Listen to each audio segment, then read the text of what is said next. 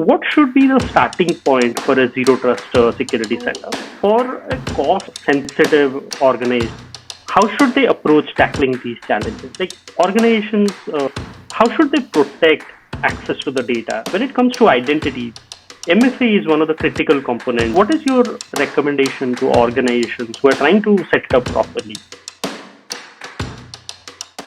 In the previous episode with Vince, we discussed about zero trust, importance of understanding the current architecture, identity's role in zero trust, MFA, and more.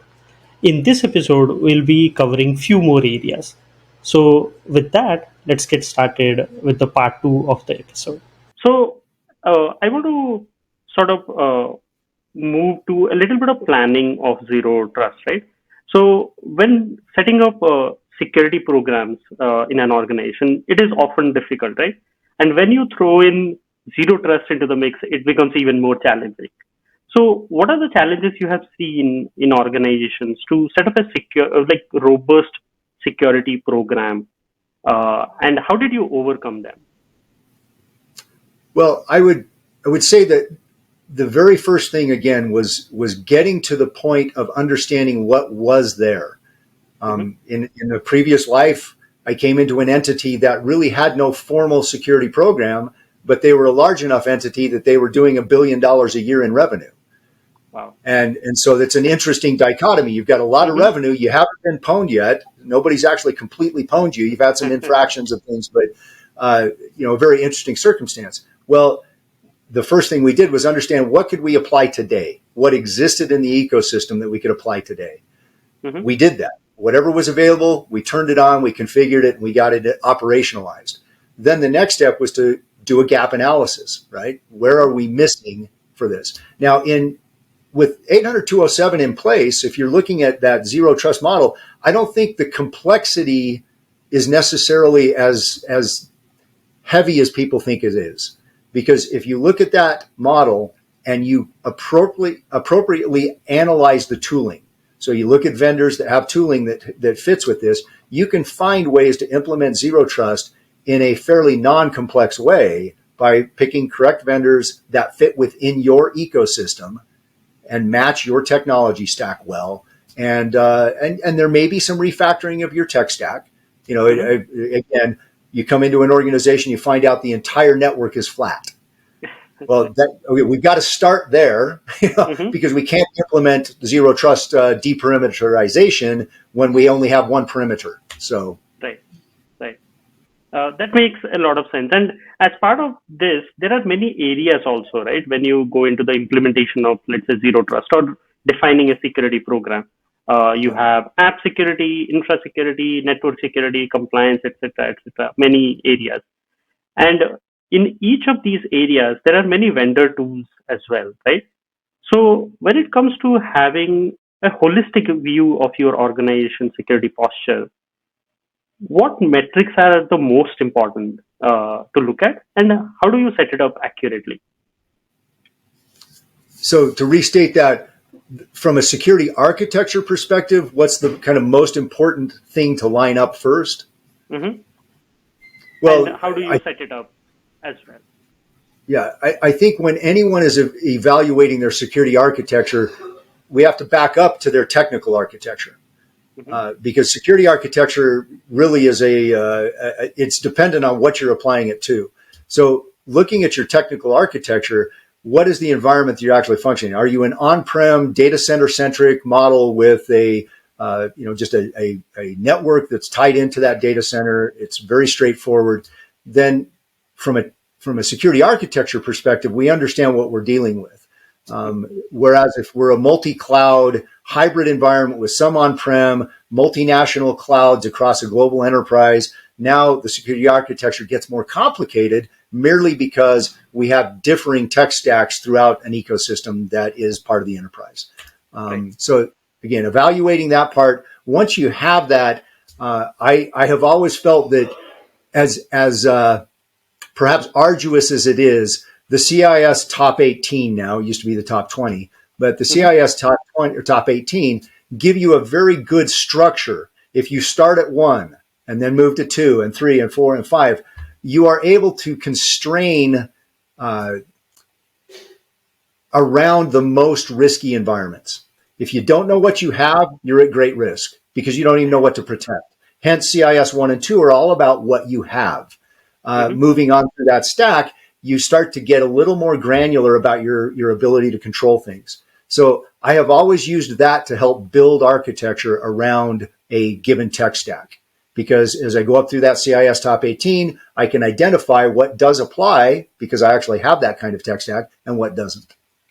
Okay, that makes a lot of sense. And this also touches on your initial like answer to the first question, right? Inventory is the key. Like you have to understand what inventory you have before acting on it, right? Right. And I find even small organizations are challenged with that Mhm. because Yeah, from an organizational standpoint, you have a business idea and you're a business leader and you get out and you start building this business. The IT componentry is just dragged along as a necessary part of supporting that business. right. And so nobody thinks to actually define that and say, we've got to start an inventory process that's sustainable throughout the life cycle of our business. Hmm.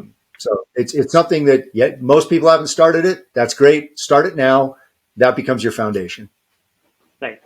Makes a lot of sense. So now, let's say you define a security program and you are implementing that security program. Sometimes we take shortcuts or we sort of push a couple of things into the backlog in a way, right? So that your business growth is not affected at all while implementing the security program. This is very similar to like tech debt or product debt, right? Which is, if not addressed properly, could affect the overall productivity, performance, and many areas of the organization. So, what are your thoughts on like debt in the security space, like security debt, and how do you define it, and how like what measures we should be taken to address it as well? I think one of the most important elements of tech debt, security debt, any, of that environment, and in reality, security debt is nothing more than tech debt that's applied to security. But it's explaining in a language that's understandable, the risk associated with that tech debt to leadership. Because Hmm. leadership has to make a decision on resources. They have to Right, decide, are my resources going to be used to make more money or to reduce risk? right. And those are really their two decision points. Hmm. Because if make more money, it's build stuff that makes money. And if it's reduce risk, it's take that resource away and put it over here and reduce risk. So I think there's every discussion from a security practitioner standpoint to the C staff, to an executive committee, to a board is all about balancing business with risk and not coming in with your hair on fire about, the sky is falling and we're going to get pwned tomorrow and it's all going to be terrible, but coming in with a realistic method of describing the real risk associated with the tech debt. Hmm. And some of that tech debt, obviously, on the IT infrastructure side, has both security and stability problems because we build enough tech debt on our infrastructure, our applications become unstable. Hmm. If we have old enough code in our applications, they become unstable. And then with that, unstable applications and unstable infrastructure provide entry points for vulnerabilities in the cybersecurity side. Hmm. So So balance that is the key. Balance is and, the and key factor. communicating that balance to the executive team so they can make a decision on putting resources to reduce that tech debt. On the flip to that is selling the idea to your executive team, and it's hard, but selling the idea to your executive team that slow is fast. Okay? When you're building a new business model to make Hmm. money, some new feature, some new application, whatever, there's always this tendency from executive leadership to say, here's the date. This is when we're going live. Right, And I get right. that. And that's an important thing to do. But I think the counter to that is, have we analyzed this product enough, even in an agile development environment, to understand what security we need to do from the beginning? So this early stage threat modeling of anything, early stage threat modeling around an application, around a feature, around a new infrastructure setup, move to the cloud, any of those things, start your threat modeling on the far left and do it immediately and communicate that to the executive team. So as they're formulating that business plan and rollout, they understand what risk has to be mitigated up front Mm-hmm. properly so that you don't end up with that tech debt or that security debt we just talked about. Okay, that makes a lot of sense. And you touched upon executive communication, right? Communication to the executives and getting their buy-in or making them understand so that they can take the informed decision between business growth and your improving the security, right? So, Right. what type of metrics do you use to report to your leadership or CEO? And how do you show your, let's say, overall security posture, and how are you planning to improve in future?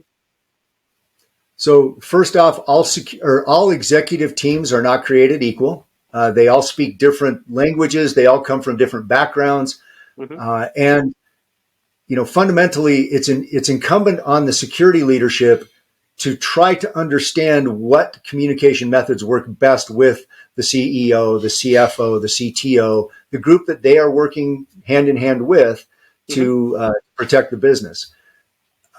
Some people are fine just understanding that there is a risk. It represents a significant vulnerability. Go fix it. They Mm-hmm. want that fix. They're willing to do it. Others want to understand down to a very molecular level. If this risk were to occur, or if the realization of this risk were to occur, Mm-hmm. what would the financial impact be? And then you balance that against, well, what's the financial impact of moving the release date of our product out 60 days to compensate for that? Some leadership wants that level of detail. Mm-hmm. So learn the level of detail that they want and build your metrics to that detail. It's one thing to go in and say, well, the SIM captured that we had, 10,000 events, and of the 10,000 events, 800 were critical, and we blocked all of them. Yay us. That doesn't really tell a story other than what the SIM happened to observe in that time frame. Right.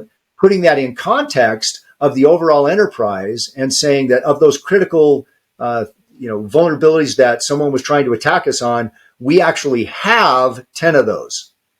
Mm-hmm. And the SIM observed it and our defenses blocked it, but we still have the vulnerabilities.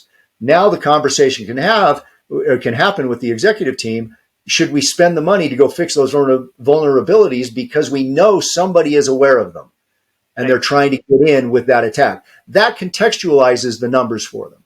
Mm-hmm. So I think that's a real key element in communicating to executive staff is contextualizing our security metrics that we love and adore as we get into our professions, but we don't necessarily understand what those mean to an executive leader. Right. So tailored messaging with the right context adds a lot of value when you are sort of Yeah, communicating I with think, I the think it's, executive. it's, it's imperative to do that because otherwise you're just that voice, screaming the sky is falling. Right. Right. Yeah. That makes sense. So you have worked with many organizations, right? And you advise a ton of organizations on security as well. So according to you, is security like a bottom-up approach or it should be a top-down approach? Can you give some examples around it? Sure. First off, I'll say unequivocally, it's a top-down approach. It is an incredibly hard fight to Mm-hmm. push uphill from a security practitioner's perspective. If you're fighting a insecure mentality at the top, Mm-hmm. gaining resources, being able to spend money on tooling, being able to take resources from, again, that make money side and move it over to the reduce risk side. If that part of the entity is not supportive of that, it's an uphill battle. And, honestly, if you're out looking for a job in security, interview the company you're working or you're interviewing with to find out what their attitude is as much as you can, because that will tell you how much of a fight you're going to have every day of your working life. If it's a bottom up, the only successful method I've seen, and I have seen this work, I've had personal experience with it, is bottom up means starting to provide a consensus among a influential group of people in the organization. Hmm. So you start to befriend people and understand their come from and what their responsibilities are in the organization. And so maybe you talk to the lead developer for one of the key features of the application that's in that business, and you start talking security with them, and you bring them in and you show them some great YouTubes about how to use a good CSRF vulnerability to hack a website, and then talk about the fact that we have those. Bringing that consensus into where you have a large enough base of consensus, you can move to the next tier, which is maybe the VP of application development, and talk to that person and bring them in. And little by little, grow that consensus of desire for a secure infrastructure to where you're having these same conversations with the executive team. But the problem there is you've still got to understand what that executive team's language is. And Right. I'll be honest, most of the time it's money. It's how are we making money as a business, because that's what keeps us employed. And we're certainly Right. not going to take the money away from there and put it over to risk management if it means we don't have a business. So Right. yeah, it's grow consensus from the bottom up if that's the position you're in. But the most important position is to get leadership into a position where they are championing your security and privacy fight. Right. So, if I understand correctly, top-down is relatively easier to implement security versus bottom up where you need influencers who are very keen on improving the security overall, and then you go up the stack, right? And you go to the executives at the end, and you get their buy. No, makes a lot of sense. Yeah, thank you so much for sharing these insights. I personally learned a lot about zero trust and setting up the security program. Here are the top three things I learned today. To implement zero trust as part of the security program, understand the current architecture first and then introduce zero trust into each layer one by one. Follow the NIST 800-207 guidelines closely. The second one is security debt is nothing but tech debt for security. Have clear communication with leadership team to find a balance between business growth and reducing the risk. The third one is when working with executives, always tailor your message and add context to sort of show the risk and challenges in your current security infrastructure. Here are a few questions I would like to ask before we end. A one-liner quote that keeps you going. Do a little better each day. Oh, I love that a lot. Don't have to do a I, lot better, just a little better. yeah, yeah. I think there is a book from Atomic Habits, right? Atomic Habits Mm-hmm. talks about 1% growth every day. So that makes a lot 1% of growth. sense. Assuming you are hiring, in one sentence, what stands out in a candidate's resume for you?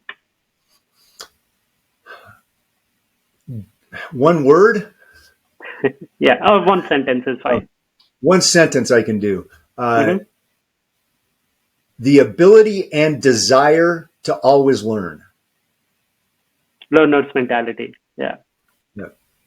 Because Uh, in this industry, unless you have a couple of books you're reading and a couple of courses you're taking, you're falling behind. And even then, mm-hmm. it's hard to keep up. But you can stay relevant if you're always reading and always studying and taking courses. Mm-hmm. So if I'm hiring somebody, I want them to have that same attitude. Right, right. On the same lines, how do you stay up to date to current events or new threats that are happening in the security landscape? I have a number of things I subscribe to, IAN, SANS, CISA, just all of the feeds just to understand and contextualize attack patterns, what's happening out there. And then I try to entertain most of the vendors that I get hit with that are trying to sell me a product. They need to get that appointment. I know how the sales process works. Mm-hmm. I'm willing to take those appointments because I want to understand their approach. I do ask them when I get those appointments to give me the tech guy. I don't want to get their sales pitch. I want to understand what their technology does. Because by Mm-hmm. understanding what that technology does as an architect, that's one more potential tool in the quiver.